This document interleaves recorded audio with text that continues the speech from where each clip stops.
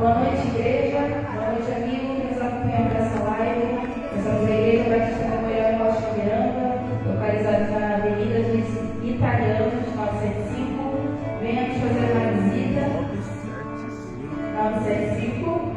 Queria convidar os irmãos que estão lá fora que pudessem entrar para darmos início ao nosso culto de louvor e adoração ao nosso Deus, amém? Aos irmãos que já estão aqui na igreja, queria que vocês abaixassem agora de cabeça, levassem o pensamento do Senhor, porque nós vamos orar para entregar o nosso culto a Deus, amém? Oremos. Senhor, muito obrigada, Pai, por estar na tua casa. Obrigada, Senhor, porque nós sabemos que aqui é o melhor lugar para estar, Senhor. Obrigada por essa oportunidade. Obrigada por mais uma semana de vida, Senhor. Obrigada, Pai, porque o Senhor guardou os nossos, o Senhor guardou nossa família, o Senhor nos deu saúde, o Senhor nos deu, Senhor, mais um dia de vida para estarmos vivendo para a tua honra e para a tua glória, Senhor. Só temos motivo para te agradecer, Pai, porque nós temos a salvação ofertada por ti através de Cristo Jesus, Senhor. Então, que nossos corações, na noite de hoje, possam ser corações gratos, Pai. Possam ser corações verdadeiros adoradores que te adoram em espírito e em verdade, Senhor. Que possamos começar essa semana, Deus, sabendo que o Senhor está conosco, sabendo que Deus espera uma semana, Deus, abençoada por ti, Pai. Te peço, Senhor, que tudo que não é de ti, Pai, confere em nome de Jesus, Pai.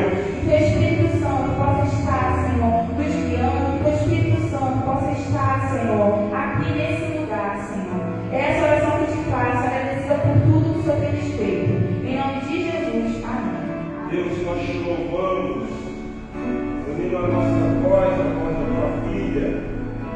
Queremos nessa noite eterna glorificar o teu nome, queremos te bendizer. Queremos pedir que o fluir do teu Espírito, a ação poderosa dele, venha inundar o nosso ser. Assim como a nossa terra pelas águas, nossa alma tem anelado, tem esperado, preocupa-se, quer mais do Senhor. Nesse domingo, Senhor, quando nós temos a oportunidade de estarmos com a igreja, lavada e querida. Então, Senhor, em nome de Jesus, fala aos nossos corações, ao nosso povo e à nossa petição. Que esse memorial chamado Ceia do Senhor seja extremamente valioso para cada um de nós, para relembrarmos o grande sacrifício, a grande entrega, o grande holocausto, a morte e a ressurreição dele, do teu filho amado. E não os nossos corações, escancarados estão diante de ti, na finalidade, com a vontade de querer, de falarmos: vem Deus, vem Deus, e ministra aos nossos corações, falando poderosamente. Eu quero te adorar, eu quero te bendizer, quero te pedir que o Espírito Santo parado e constar ao nosso lado, porque advoga a nossa causa. Ele tem a extrema liberdade entre nós. Fazer o nosso meio de uma forma muito simples que te pedimos. Toca nos nossos corações e venhamos nos quebrantar diante da tua presença. Pois é em nome de Jesus que nós oramos e também te agradecemos. Amém. Amém.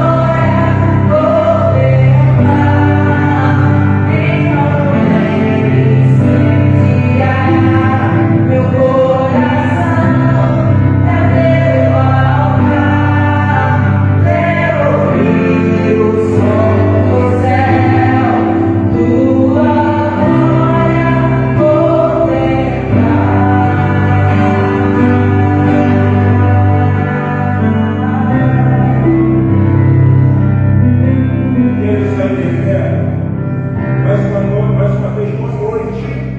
Graças a Deus, você que está nos acompanhando por essa live. Somos a Igreja Batista Memorial Rocha Miranda, número 975. Queridos, vamos fazer uma leitura bíblica do Evangelho de Marcos, no capítulo de número 2, versículo 18 ao 22. Diz assim a palavra de Deus: Ora, os discípulos de João e os fariseus jejuavam e foram e disseram-lhe: Por que jejuam os discípulos de João e os dos fariseus e não jejuam os seus discípulos? Jesus disse-lhes: Pode porventura os filhos das bodas jejuar enquanto está com ele o esposo? Enquanto tem consigo o esposo, não podem jejuar. Igreja. Mas dias virão em que será tirado o esposo, e então jejuarão naqueles dias. Ninguém deita remendo de pano novo, nem roupa velha. Toda sorte de remendo novo, homem velho, e a loucura da vida maior. Todos, ninguém deita vinho novo em odres velhos. Outra sorte, o vinho novo rompe os odres, e esmolece o vinho, e os odres estragam-se. O vinho novo deve ser deitado em odres novos. Esse texto é muito interessante, porque você tem que compreender, principalmente esse último versículo, com uma perspectiva divina. Porque se você só entender esse versículo pelo contexto cultural, ele parece que pode ser contraditório. Porque se pode botar vinho novo no odre velho. E o que os judeus faziam? Quando se usava um odre velho, para ele suportar o período de fermentação, antes de colocar o vinho novo, era só deixar ele mergulhado na água. Quando ele entrasse num processo de fermentação, o pão molhado era o quê? Melata. O que Jesus quer dizer é que só pode receber o vinho novo de Deus se nós formos o quê? Odres novos. Odre velho não pode receber vinho novo. Então que nessa noite, irmãos, cada um de nós sejamos odres novos, porque Deus quer encher você odre de vinho novo. Vamos louvar o Senhor com esse cântico algo novo.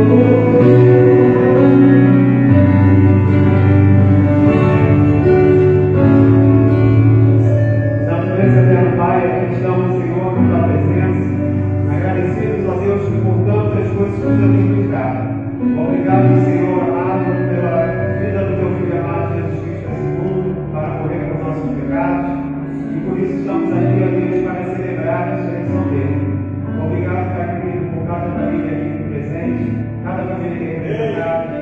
Visita, Senhor, cada membro da tua casa que precisa da tua cura. Vá ao encontro da irmã Domingas, da irmã Isabel Sá, da irmã Maria Novelina, ao pai da irmã Maria José. Alcance os teus servos, onde quer que elas estejam nesse momento, suprindo a Deus, dando força, dando, ó Deus, cada dia mais força para os teus dias. Alcance também o irmão Antônio, Deus, que está em viagem, nesse momento que o Senhor esteja, Deus, contemplando o desejo do coração do teu servo. Obrigado por cada visitante que está entrando na tua casa também, para juntos, ó Deus, como igreja, louvarmos e bendizer o teu santo nome. Essa oração, Deus, que eu te faço, te agradecendo por todas as coisas que o Senhor tem feito por nós e por aquilo que o Senhor irá fazer. Essa oração que eu faço em Cristo Jesus. Amém. Amém. Amém. Pode comentar.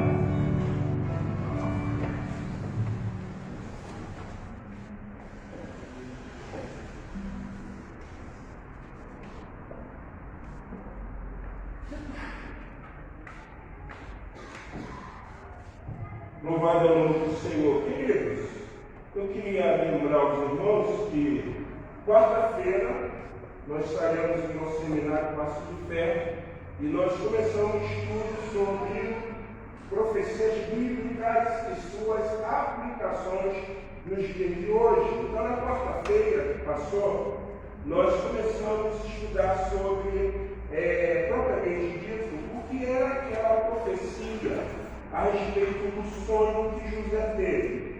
Para que nós dessemos um entendimento, havia a prerrogativa de eu e você termos uma compreensão que o sonho ele cumpre um desígnio que foi estabelecido pelo Senhor no capítulo de número 15, quando após um acontecimento que se dá onde Deus chega para Abraão, ainda melhor, Abraão, e ele vai acender a chama da promessa de um filho, para que do filho saia um descendente.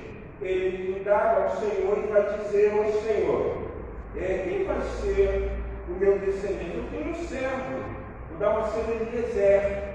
Deus manda ele sair para fora, sair para dentro do lugar, ir para o lado de fora, olhar as estrelas, assim será a sua descendência. Ele creu. E ele perguntou também ao Senhor, eu creio que o Senhor vai me dar uma descendência, então o Senhor vai me dar um filho. Mas o Senhor falou que eu vou conquistar, vai ser um grande povo, vamos ter terras, estaremos dominando sobre os povos. Como isso vai acontecer? Aí ele prepara um holocausto, um sacrifício, e aí tem algumas coisas interessantes, mas o que eu quero me deter é que, após ele oferecer o sacrifício, ele dorme e tem um momento que a Bíblia vai chamar para nós, não é déjà vu, é um sonho, mas é um êxtase. Ele vai ter uma compreensão porque o Senhor dá a ele um sonho, e fala com ele que o povo seria um povo que ia peregrinar por 400 anos em terra estrangeira. E aí você vai entrar em José, porque de Abraão até a entrada do pai de José, nós temos 215 anos. E aí o restante vivido por Israel, conforme a Bíblia vai relatar, os 430 anos. Então nós vamos tirar algumas aplicabilidades nessa profecia que aconteceu. Então nós estamos vendo a profecia pelo viés escatológico. Nós estamos vendo a profecia como algo que aconteceu. E o que podemos aprender com isso? E nós vimos uma coisa muito interessante, que foi obedecer, crer e persistir. Na próxima quarta, nós vamos entrar no teor da profecia que envolve José. Por quê? Porque a profecia de José, ela vai ter dois momentos, que ele vai ver os sons do peixe se prostrando, mas depois ele vai ver os irmãos se prostrando, mas ele vê o sol, a lua, os irmãos, as estrelas. E o pai diz assim, o que está dizendo? que eu, sua irmã, e eu, sua mãe, e os seus irmãos vamos te servir, então nós precisamos entender isso. E nós temos uma coisa interessante na profecia de José. Foi a perspectiva do tratamento de Deus. Não é diferente para nós hoje, porque nós acreditamos numa profecia escatológica à volta de Jesus. Então o que nós precisamos? Perseverar. E nesse momento de perseverança, Deus também começa a tratar coisas em nós. Ir para o Egito, ser vendido, ir para a casa de Potifar, ir para o cárcere, era um tratamento de Deus na vida de José. Então eu quero convidar você, que nos acompanha nessa live, e convidar você também, membro dessa comunidade, a estarmos juntos na quarta-feira, estudando esse tema, profecias bíblicas e suas aplicações nos dias de hoje. Queridos, eu também quero falar com vocês sobre a importância da escola bíblica dominical. Hoje, a classe da juventude estava bem participativa, porém, a classe aqui dos adultos, nós sentimos falta de alguns irmãos. Então é importante que você, meu querido, você, minha querida, esteja vindo à escola bíblica dominical. Próximo domingo eu espero você e que poderosamente Deus esteja a abençoar a sua vida. Irmãos, é o período de dízimos e de ofertas. Eu quero convidar vocês a abrirem suas Bíblias num texto muito conhecido. Paulo, escrevendo a sua segunda epístola à igreja de Corinto, no capítulo de número 9, ele traz uma lição sobre a importância da contribuição, do sustento da obra do Senhor. É muito importante dizer que nós não difundimos a teologia da prosperidade. Primeiro, porque isso é uma teologia falida. Quem disse que é dando que eu vou receber, que eu vou prosperar, que eu vou ficar rico? A Bíblia não ensina assim. Quando você estuda sobre dízimos na Bíblia, eu já vi alguns cristãos usarem o termo que é o seguinte: dízimo é uma coisa do Velho Testamento, é uma prerrogativa judaizante. A igreja não entrega dízimo. Sinto muito dizer uma coisa para você, mas eu percebo que você não conhece Bíblia. Essa afirmação de que dízimo é algo do Velho Testamento, ela nunca vai conseguir sustentabilidade com a própria palavra de Deus. Por quê? Quando uma pessoa diz que dízimo é de Velho Testamento, você vai cair numa coisa que é o seguinte: se eu estou afirmando que dizimar é algo veterotestamentário, judaizante, eu vou ter que trabalhar o primeiro posicionamento, que é o posicionamento araônico. Os filhos de Israel davam os dízimos, havia os sacerdotes, eles eram responsáveis pelo ensino, pelo proceder religioso. Eram três classes. Você tinha o sumo sacerdote, o sacerdote e o levita, que muitas vezes eram os cantores, os porteiros, os que montavam a tenda, e assim sucessivamente. Todos oriundos de uma tribo de Levi, da onde está o legislador Moisés, e da onde saiu uma casta sacerdotal araônica, por isso Araão era o nome do irmão de Moisés, da tribo de Levi. Só que quando você vai estudar sobre dízimo, você aprende que a primeira vez que se fez menção de dízimo não foi quando foi instituído os sacerdotes araônicos. A primeira vez que se faz menção de dízimo é o sacrifício de Abel ou de Caim, não, mas é um exato momento quando Abraão ele vai viver um acontecimento e ele vai dizer o seguinte: ó, eu não quero nada do rei de Sodoma e Gomorra. Para que eles não venham dizer que se eu conseguir algo foi pelo benefício dele. Mas o El Deus que habita no céu, ele que é o meu sustento, ele que é o provedor. E o texto vai dizer: e deu Abrão o dízimo de tudo. Aí você cai não no sacerdócio Arão, mas você cai no sacerdócio segundo a lei de Melquisedeque. Ele não deu dízimo para Arão. Abraão, quando se faz a primeira menção de dízimo, ele está dizendo que ele deu dízimo a um sacerdote que não era Arão, mas era Melquisedeque.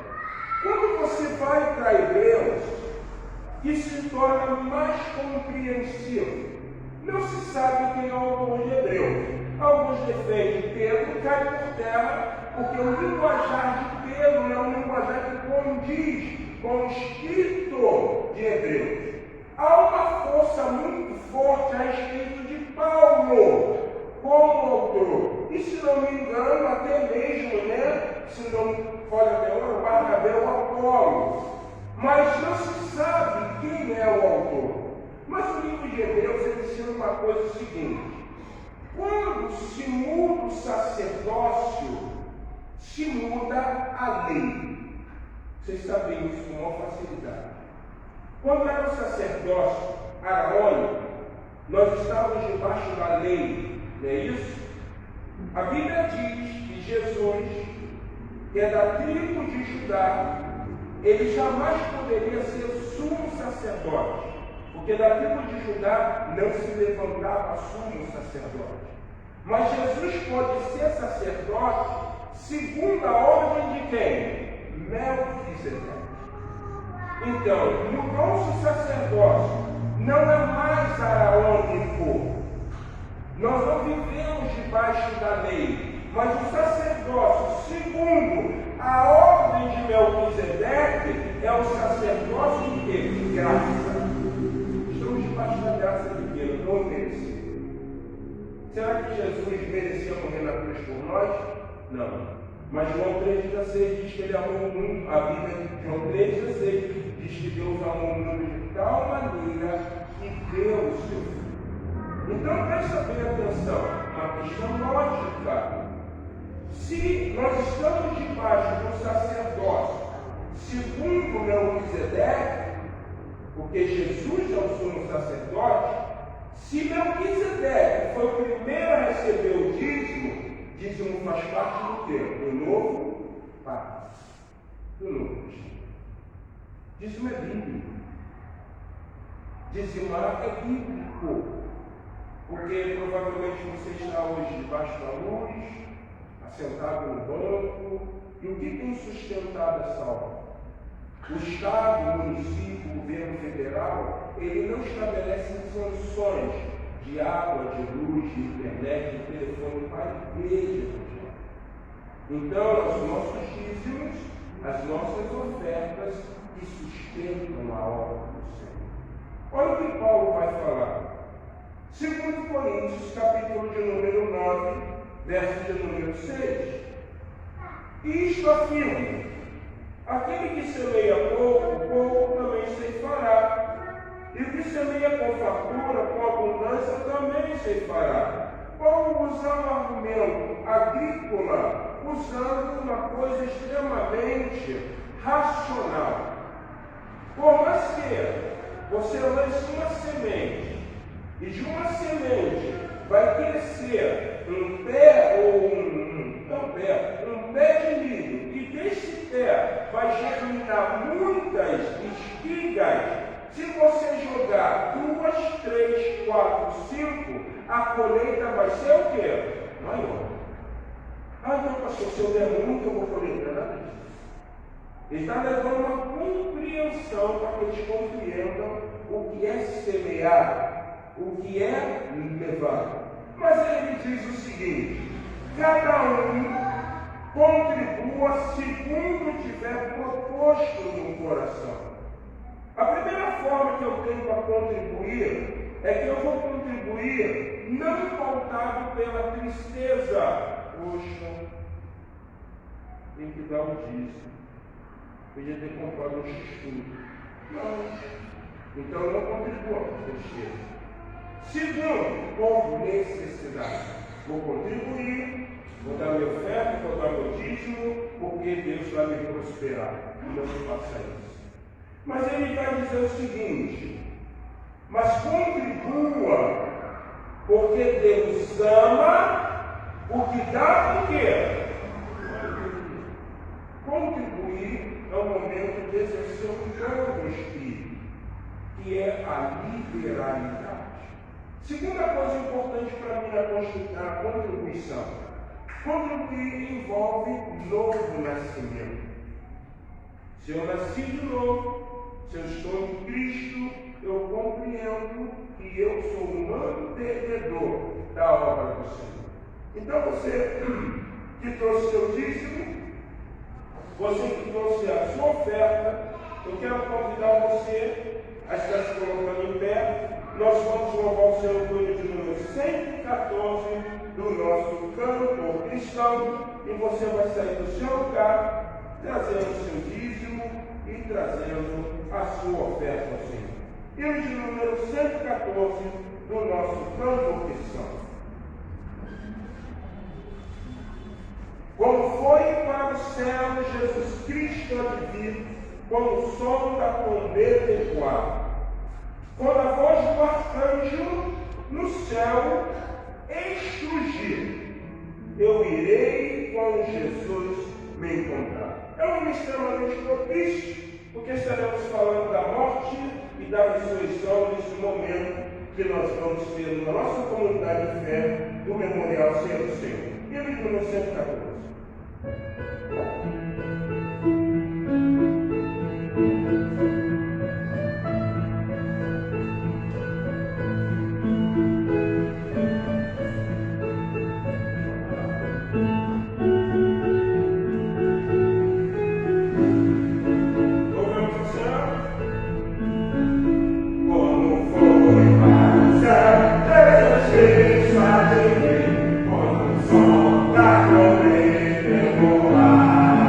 Como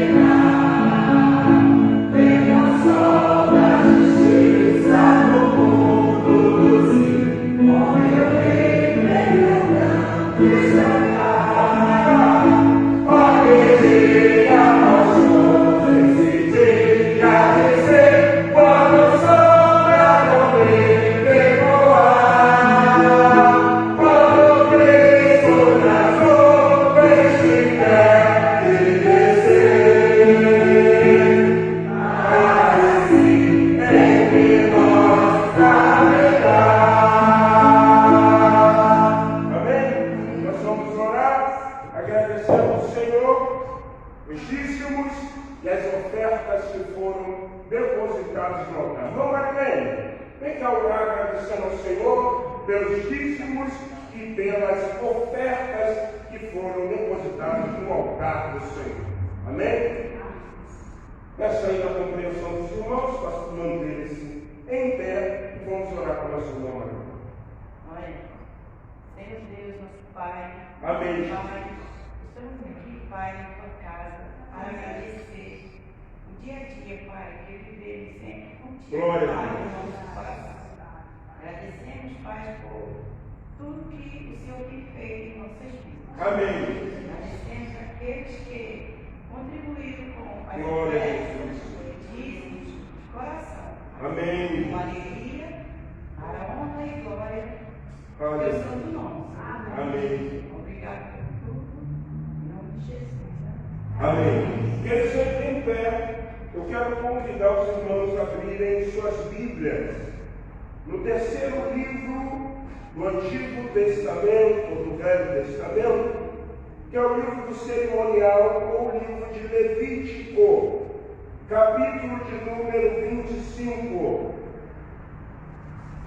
E eu quero ler com vocês 3 versículos, que são os versículos de número 10, versículo de número 11 e versículo de número 12.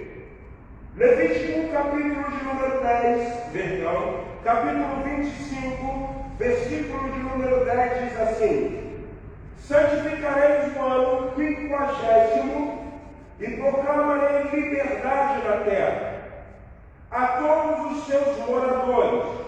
Ano de jubileu vos será, e tornareis cada um a sua possessão, e cada um a sua família. O ano 50º vos será jubileu.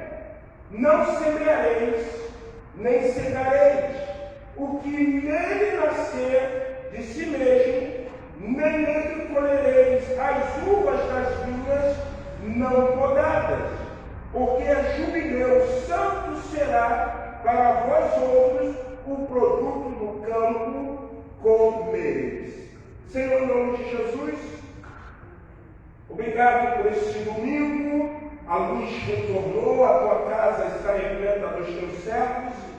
Temos a oportunidade de comungar nesse memorial chamado Ceia, mas antes, nós queremos ver um pouco o que a tua palavra traz de orientação para nós, pois em nome de Jesus que eu oro e agradeço. Amém. Amém. Querido, você pode se assentar. Como eu havia dito aos irmãos, que arde no meu coração ministrar uma palavra alusiva ao que nós tivemos a oportunidade de viver no dia 13 de maio, quando a Igreja Batista Memorial, no mês de maio, sim, no início, nós prolongamos um pouco a data, ela completou 50 anos de existência. Eu acredito, biblicamente, eu acredito dentro de uma perspectiva que existem acontecimentos na vida de uma igreja, existem acontecimentos na vida do cristão, que são acontecimentos que têm por finalidade de estabelecer um propósito, um direcionamento, uma vertente de vida. E acredito que não é diferente quando uma comunidade de fé, ela pode completar 50 anos. É mais ou menos como, no domingo passado eu estava pregando uma comunidade de fé, e o Senhor me parou no final do culto, era um culto de família, teve um bolo do mês de família, e eles fizeram uma grande confraternização no igreja com um grande espaço. E ali nós tivemos a oportunidade de ver todo mundo comendo bolo com uma refrigerante. Então, longe desse negócio. E daqui a pouco o Senhor me puxou, ele falou assim: pastor, eu completei esse ano 50 anos de casado. E assim já o Senhor, a senhora, e você percebe que é algo extremamente gratificante. Ele tem que destacar que ele convive com a mulher da sua mocidade 50 anos. É uma coisa extremamente extraordinária, porque eu pude perceber, pelo transparecer do seu semblante, que ele tinha satisfação de dizer: eu completei 50 anos de casado.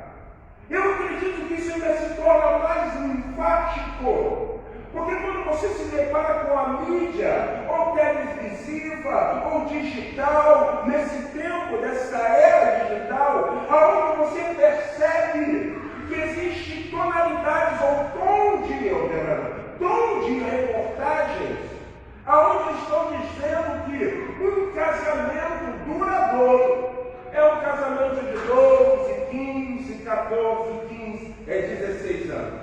Então você começa a entender que nós estamos dentro de uma sociedade, aonde a sociedade diz: mas já viveu muito tempo junto, por não valorizar a ideia do matrimônio, da família. Então, ter ou viver 50 anos de casamento, para aquele senhor, era erguer a bandeira e dizer assim: eu ainda acredito, pastor, no matrimônio. Eu ainda acredito que há casamento. Eu ainda acredito que há família. Então é uma forma de você julgar. É uma forma de você dizer: isso é extraordinário. Há um marco na vida desse casal. E eu também acredito que 50 anos por uma comunidade de fé é algo também extraordinário. Por quê? Porque ela está caminhando, porque poderíamos conjecturar e usar a confissão petrina, quando Jesus diz: tu és Pedro, e sobre eu que sou a rocha, tu vais edificar a minha igreja, e as portas do inferno não vão prevalecer. Passou 50 anos que nós estamos com a igreja, com as nossas portas abertas. Eu não vejo bem assim, eu não entendo bem assim a confissão dele. Mas eu tenho a compreensão que quando eu vejo Deus estabelecendo um jubileu para o seu povo, eu percebo que o que Deus estabelece para o seu povo tem uma grande aplicação para o seu povo, ou o seu nome Israel, ou a igreja do Senhor Jesus. E aí eu quero dizer que eu estou me calçando o que a palavra diz. Para a profecia de Oséias, Deus disse o seguinte: para que eu ponha em ciúme esse povo, Israel, eu vou escolher um povo que não era meu povo. Para o que o apóstolo Paulo ensina, que outrora éramos videira brava, videira que não serve para dar fruto. Mas o Senhor enxertou uma videira brava, um povo que não era povo, numa videira verdadeira. Então eu passo a crer, eu passo a acreditar que o tempo de jubileu para Israel, quando aquelas 7 trombetas soavam, era um momento de regozijo, era um momento de alegria, era um momento de libertação, era um momento de perdão divino, era um momento de bondade divina, era um momento de provisão divina. Isso também se dá para a igreja do Senhor. Qual é a nossa finalidade? Simples, muito simples. Eu quero que você saia daqui entendendo que dentro da perspectiva bíblica, Deus está dizendo para nós, Igreja Batista Memorial Rocha Miranda, que Ele começa um novo tempo. Ele começa um novo tempo. Isso não faz muito impacto em alguém. Não é como chegar, pegar um texto e falar assim: Eliseu chegou, botou a mão sobre a flecha, repesou lá e falou assim: lança a flecha. E o homem lançou a flecha sobre o acampamento inimigo. Essa é a flecha da vitória. Agora pega as flechas da aljava, retesa o arco, lança. Por que você só tirou isso? Se você tivesse tirado mais vezes, assim seria um número de vitórias de você sobre o povo. Não é um ato profético. É uma perspectiva de cunho divino. Porque Deus, nesse momento de jubileu, Ele sabia a representação do que eram os 50 anos. E todo judeu jubilava. Porque quando você fala de jubileu, quando você fala do ano da restituição, quando você fala do completar os 50 anos, há grandes aplicabilidades para isso. No período do jubileu aconteceu algumas coisas. Qual? A perspectiva do direito, ou melhor dizendo, da justiça social divina. Se um homem se endividasse e ele vendesse o seu campo, porque havia uma regra para todo judeu, vocês vão entender. Vocês lembram de Nabate? Ele tinha uma vinha. Quem lembra disso? Por que Nabate não quis vender a vinha para Jezabel? Porque ela era uma mulher má? Era herança de família. Herança de família não podia ser vendida. A vinha tinha uma história para aquele homem. O que ela fez? Ela matou o homem e tomou a vinha e deu para quem? Para Cabe. Deus, ele nunca vai trabalhar com o âmbito da injustiça. Deus sempre vai trabalhar com o âmbito da justiça. Então, quando um homem que tinha uma propriedade, ele se endividava e ele tinha que vender a propriedade, quando se completava o jubileu, a lei dizia que deveria ser novamente restituído para ele.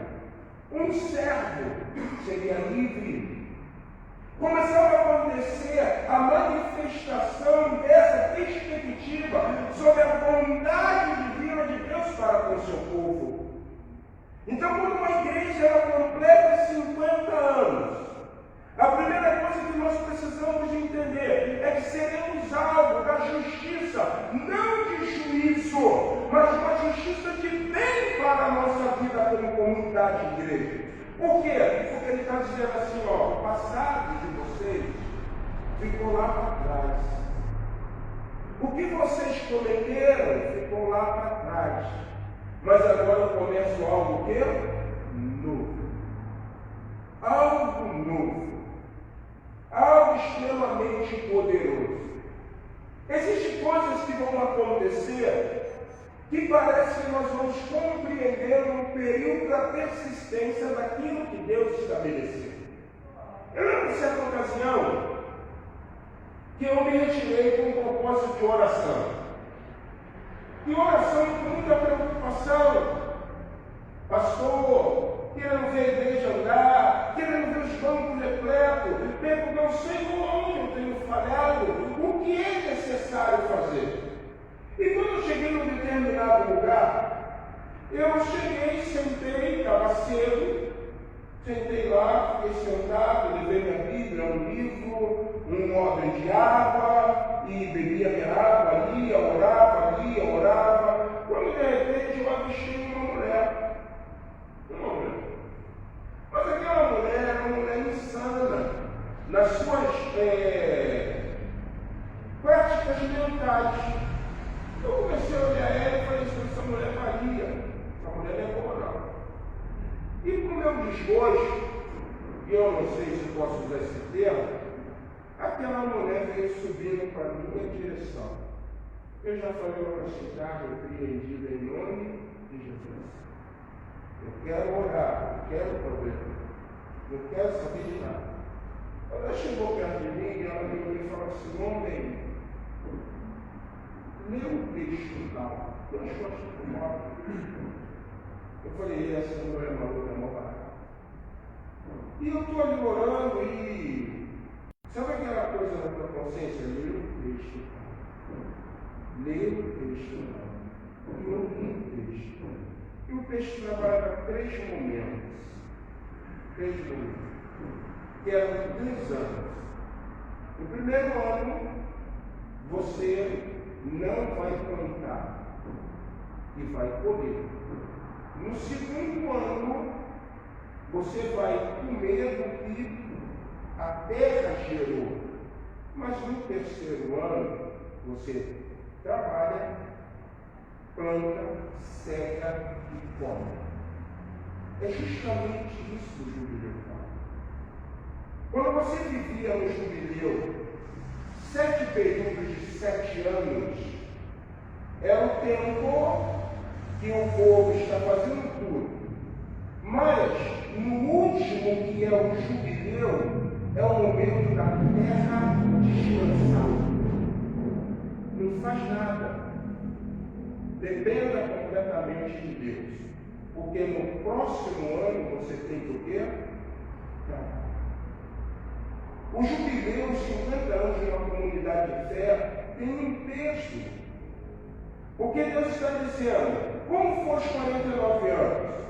Os 49 anos foram de muito trabalho, muita dedicação, muito empenho, muito louvor, muita adoração. Tá bom? Você comemos, plantou, não plantamos. Então agora nos 50 anos, a terra descansa.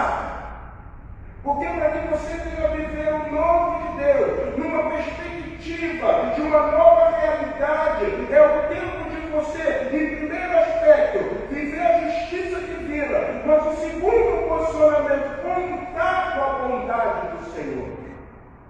Contar com a bondade. É Deus dizendo, ó, está sendo restituído algo sobre vocês. Mas eu quero ver se vocês têm a compreensão de entender esse novo momento, essa nova realidade. Se vocês viverem no âmbito da minha justiça, vocês poderão contar com a minha bondade. Nos evangelhos, especialmente Lucas, a palavra de Deus diz que em certa ocasião, Jesus ele encontrou um mancebo, um jovem, e diz que esse jovem era rico. E aquele jovem dava a Jesus perguntando, bom mestre, que devo fazer para herdar a vida eterna? A primeira coisa, antes de Jesus conceituar a vida eterna, antes de Jesus perguntar se ele guardava os mandamentos, antes de Jesus deixar a tônica, se ele guardava o principal mandamento que envolvia o relacionamento dele com Deus, Jesus falou assim, por que ele me chama de bom? Porque bom somente é o 50 anos de uma comunidade de fé. É um momento de justiça social, é um momento de amor, de perdão, de práticas que agradam ao Senhor. É um momento onde nós vamos olhar e perceber o que ficou para trás e temos a compreensão, como diz o adágio popular. Quem vive de passado é um museu, porque nós estamos prestes a viver algo novo de Deus. E aí nós vamos ser algo da sua o quê? Bondade. Deus é bom. Uma hora interessada, em restituir, expressando a sua bondade é quem? É Deus. Mas existe uma quarta coisa no tempo de restituição, no jubileu. Você vive a justiça divina dentro de um âmbito de relacionamento do próximo para com o próximo social. Você vive a bondade de Deus. Mas o texto também diz que você tem a possibilidade de viver o perdão. Perdão de Deus. Perdão. Nós aprendemos uma coisa muito notória. Na primeira epístola de João, no capítulo 1, versículo de número 9, a Bíblia diz o seguinte: se confessarmos os nossos pecados, Deus é justo e fiel para o quê? Para perdoar os nossos pecados. A Bíblia deixa claro para nós que temos um mediador junto ao Pai, chamado Jesus Cristo. Então, o pecado, para ser perdoado, ele precisa ser externado, confessado.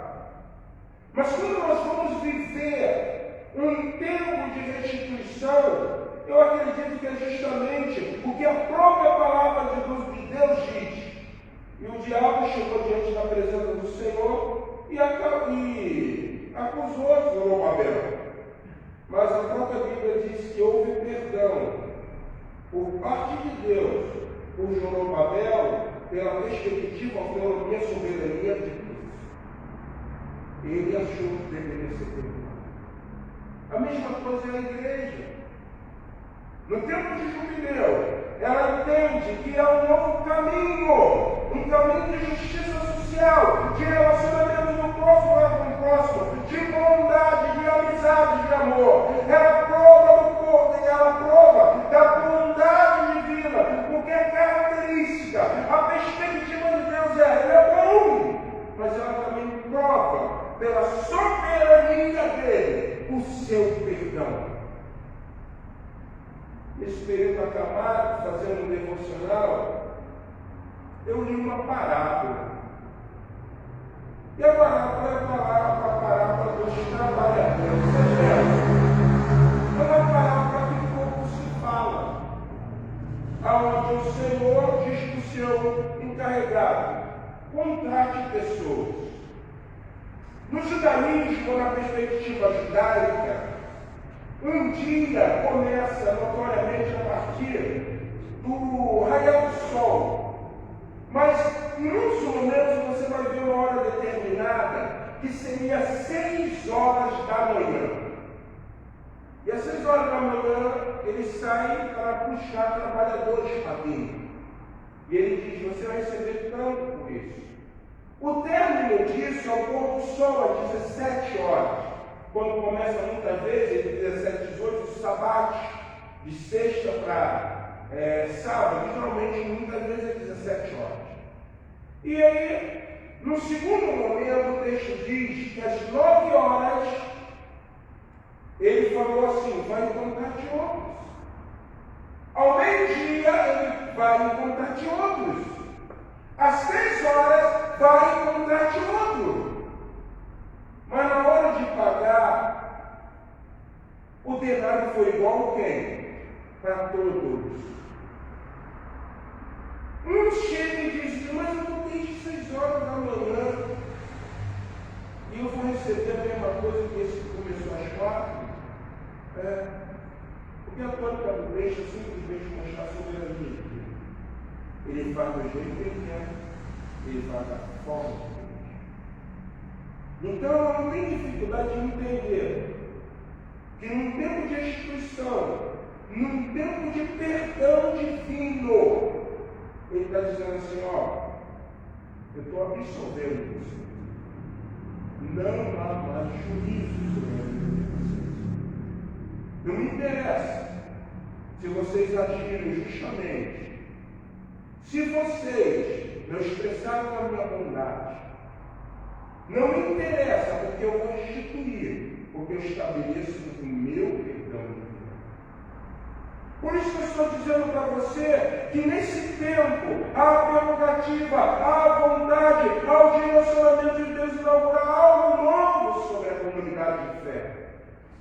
E o quarto e último aspecto: um tempo de justiça social, um tempo de bondade, um tempo de perdão, mas uma coisa muito linda: um tempo de provisão. Isso é muito importante. Provisão.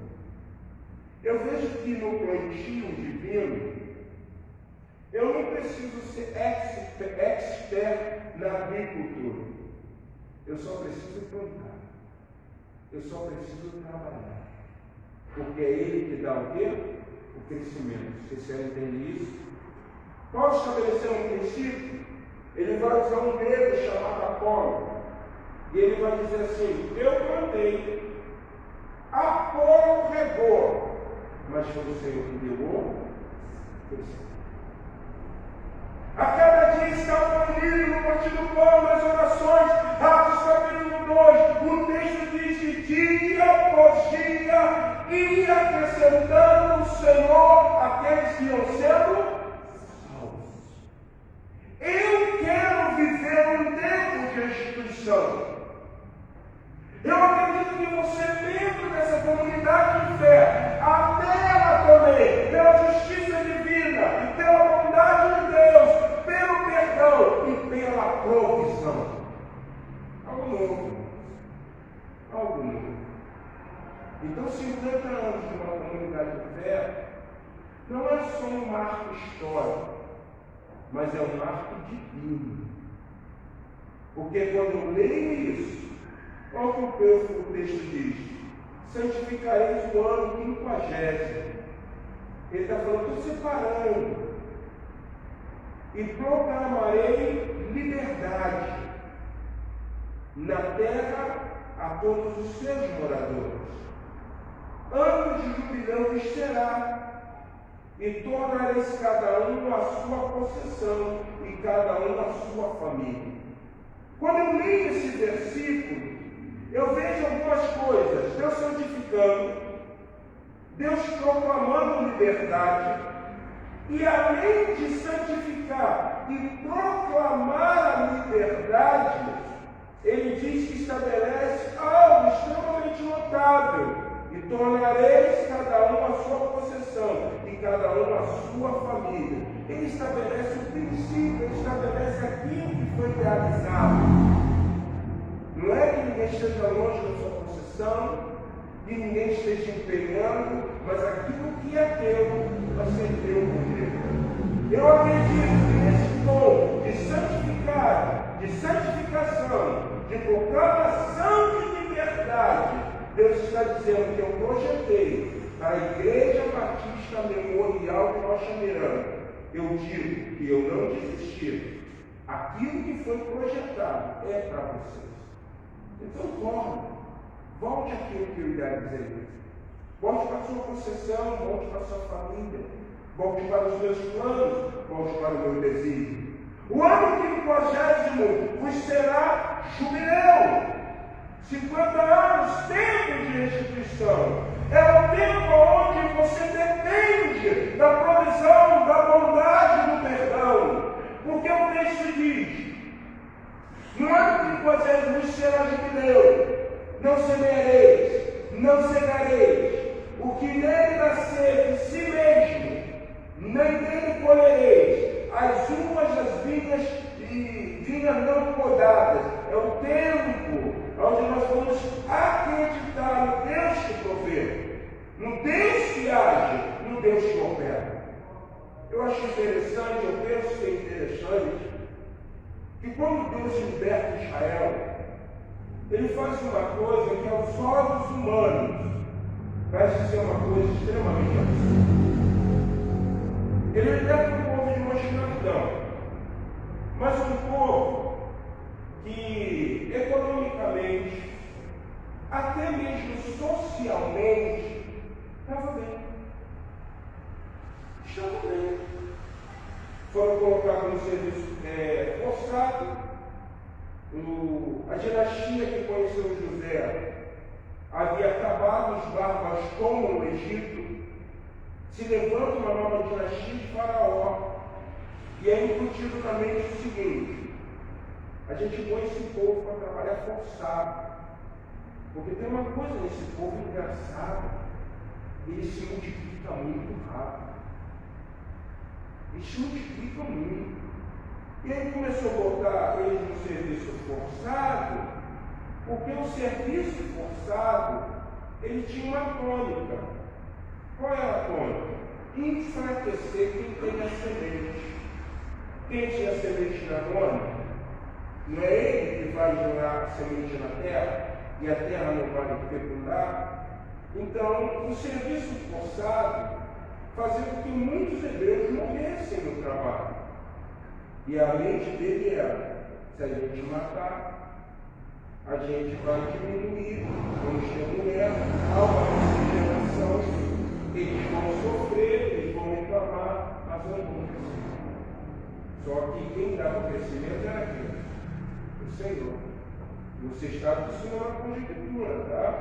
Não estou inventando, não. Qual foi o decreto de Faraó? Mate todo aquele do sexo masculino. Por que não matou? Nós hebreus somos fortes. Elas não são como os meus filhos. E quando o povo começa a crescer, para eles está bom, não há sofrimento, há lamúria, mas eles tinham carne, tinha alho, tinha pendente nas orelhas, tinha bracelete de ouro, eles estavam felizes, gente. Havia festividade, o povo brasileiro, né? Está tudo quebrado, vamos fazer um churrasco. Agora, e aí, você falar para o outro, aleluia, glória a Deus, Senhor, vai dar o melhor da terra. Mas assim eles. Aí o que Deus vai estabelecer? O que Deus vai fazer? Ele vai tirar o povo do cômodo de uma geografia, de uma agricultura, de uma pecuária. E ele vai fazer o povo andar por um lugar árido e seco. Não tem fonte de água. É improvável cuidar de rebanho sem relva. Não tem como plantar no deserto e colher. Por que Deus faz isso? Porque Deus é um sadomasoquista? Porque Deus tem prazer no sofrimento do homem? Não! Ele muitas vezes proporciona a adversidade para nós, para que nós venhamos acreditar na sua provisão. O que é, Moisés? O povo não tem nada. Aí, água para o povo. O que é, Moisés? O povo não tem pão. Aí, pão para o povo. O que é, Moisés? O povo não tem carne. Aí, carne. Então, quando nós vivemos essa prerrogativa no ano 50, será um ano de jubileu. A gente não vai zerar, a gente não vai semear, a gente não vai colher, mas mesmo assim vamos comer. Vocês estão entendendo? Mesmo assim vamos comer. Pastor, mas isso é improvável. Quem disse? A Bíblia, esse livro, essa bússola, diz para mim que não. Havendo fome, como houve nos dias de Abraão, foi Isaac avistar-se com Abimeleque, rei de Gerar. Mas ele queria descer ao Egito, ainda não era tempo para ir para o Egito. Não tinha ainda tempo determinado pelo Senhor. O Senhor filho diz assim a Isaac, Gênesis 26, fica em Gerar, território dos filisteus. E por que ele queria descer ao Egito? Porque onde ele estava vivendo, estava sendo cercado de fome, como houve no dia dos seus pais. Mas a Bíblia diz que Isaac obedeceu. E no mesmo ano ele semeou. E no mesmo ano ele colheu. Porque o Senhor o abençoou. Num tempo de jubileu, quando eu acredito na justiça divina, na bondade de Deus, no perdão divino e na provisão, o texto diz que eu vou me santificar, vou proclamar liberdade, vou me apossar daquilo que Deus disse que é para mim, mas vou viver a bondade de Deus, vou viver o sobrenatural de Deus, vou viver a perspectiva de crer que se eu obedeço, se eu guardo, Ele é provisão na minha vida. Porque a jubileu santo será para vós outros o produto do campo comer. Nesse ano, tomareis cada um a sua possessão, quando venderes alguma coisa ao seu próximo, ou a comprares na mão do seu próximo, não oprimas o teu irmão. O tempo de jubileu é a prerrogativa, mais ou menos, do céu para nós. Por quê? Porque o Éden, que Deus estabeleceu lá no Éden, e ele não conseguiu ver sendo cumprido pela obstinação do homem, ele diz que projeta no céu. A restituição do jubileu é o que Deus preparou terrenamente para o povo. E ele está dizendo, isso vigora sobre a vida agora da minha igreja. Você entendeu? Sabe o que eu estou dizendo para você? O Éden é um propósito do céu. O jubileu é um propósito que Deus tem para a sua vida. Que nessa noite, nós venhamos a agradecer a Deus por termos a oportunidade de vivermos 50 anos como igreja. E agradecer a Ele Porque a grande finalidade é: nós estamos prontos, Senhor, para viver o teu novo. Nós estamos prontos, Senhor, para viver a tua justiça, a tua bondade, o teu perdão, a tua provisão, a santificação, a proclamação e a posse, para que venhamos desfrutar do teu poder sobrenatural e da tua grande vontade. Que Deus, nessa noite, poderosamente, em Jesus Cristo, esteja abençoando a nossa vida. Amém? Vamos colocar em pé, irmãos. Nós vamos, nesse momento final de culto,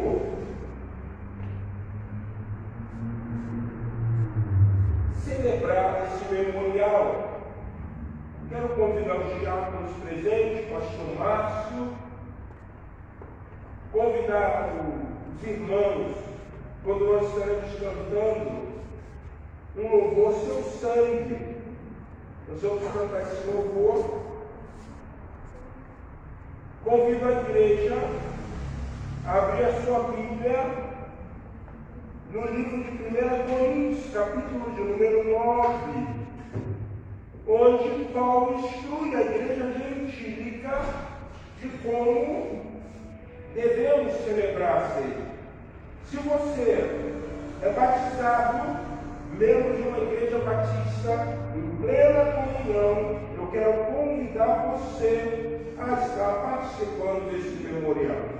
A palavra do Senhor diz o seguinte, 1 Coríntios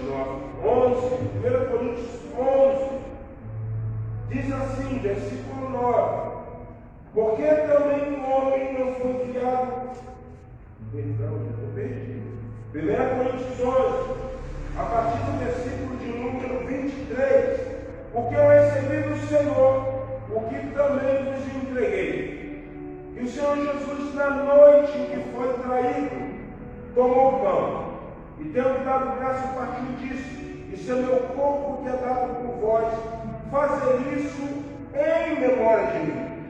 Por semelhante modo, depois de haver ceado, tomou também o cálice, dizendo, esse cálice é a nova aliança no meu sangue, fazer isso todas as vezes, e o beberdes em memória de mim. Porque todas as vezes que comeste este pão e beberdes o cálice, anunciar a morte do Senhor até que Ele venha. Como se não louvar o Senhor nesse cante, quero convidar os diáconos a somar-se.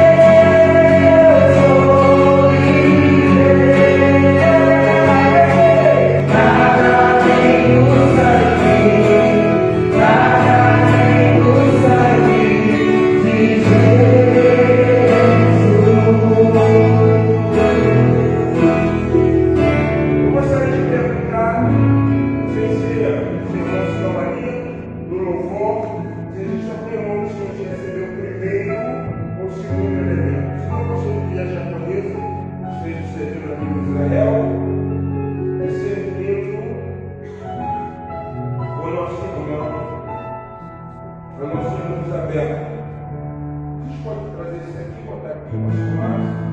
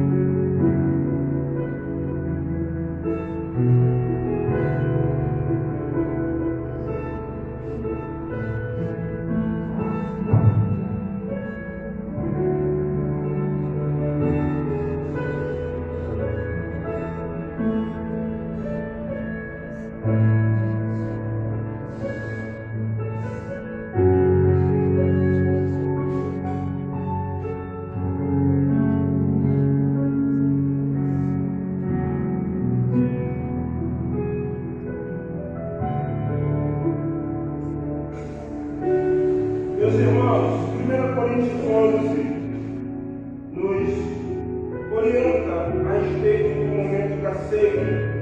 Por que nós batistas não chamamos de Santa Ceia e chamamos isso de um memorial? Na doutrina batista, os batistas acreditam que o Senhor Jesus deu à sua igreja duas ordenanças, a ceia e o batismo. E pautado na palavra de Deus, nós, igrejas batistas, acreditamos que a própria palavra diz que é um memorial. A ceia ela não otorga a virtude. Nós não acreditamos como algumas outras denominações creem em presença mística, uma transubstanciação, uma substanciação, consubstanciação de maneira nenhuma. Porque o que ele vai falar? Porque eu recebi do Senhor o que também vos entreguei. O Senhor Jesus, na noite que foi traído, ele tomou o pão e, tendo dado graça, partiu e disse: isso é o meu corpo que é dado por vós, fazer isso em meu nome. Então nós temos que é um memorial. Por isso que em décadas passadas, quem não fosse de uma comunidade batista, ele não podia estar participando, porque os batistas entendem que a ceia é um memorial. Algumas igrejas trabalhavam no contexto de ceia ultra restrita.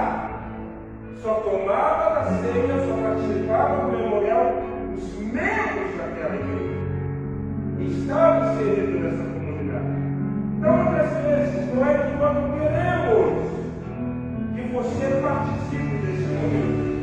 É porque, por mais que isso não estabeleça virtude, mas faz com que haja uma reflexão de que nesse memorial, Jesus, após ter celebrado a peça ou a Pessá, a Páscoa judaica, ele pegou um pão mágico, elemento da Pessá, da Páscoa judaica, e partiu.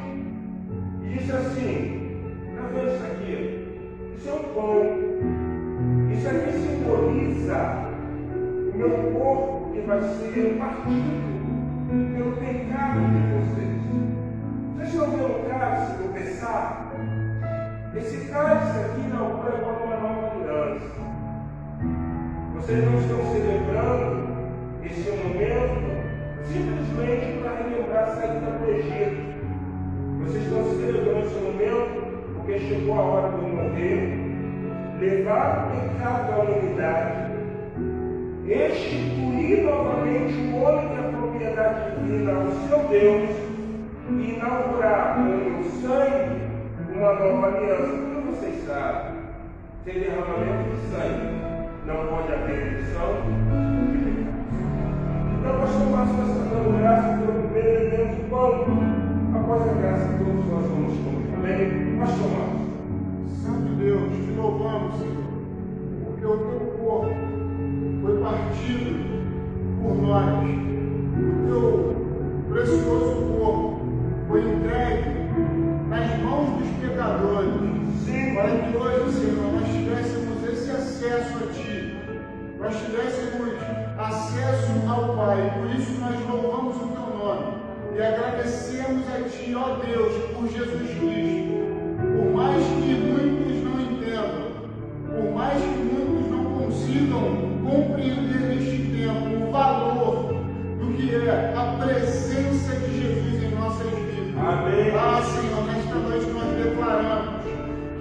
Estamos gratos por tudo aquilo que o Senhor fez na cruz do Calvário. Aleluia.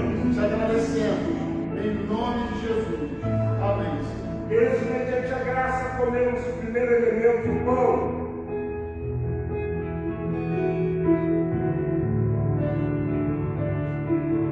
Do semelhante modo, depois de haver ceado, ele tomou o cálice, dizendo: esse cálice é a nova aliança no meu sangue. Fazei isso todas as vezes que o beberdes em memória de mim.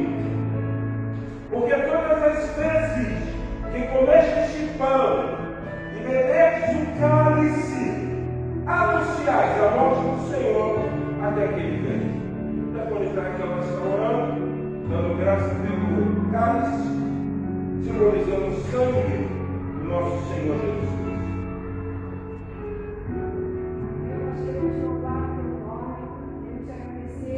Amém. Glória a Deus.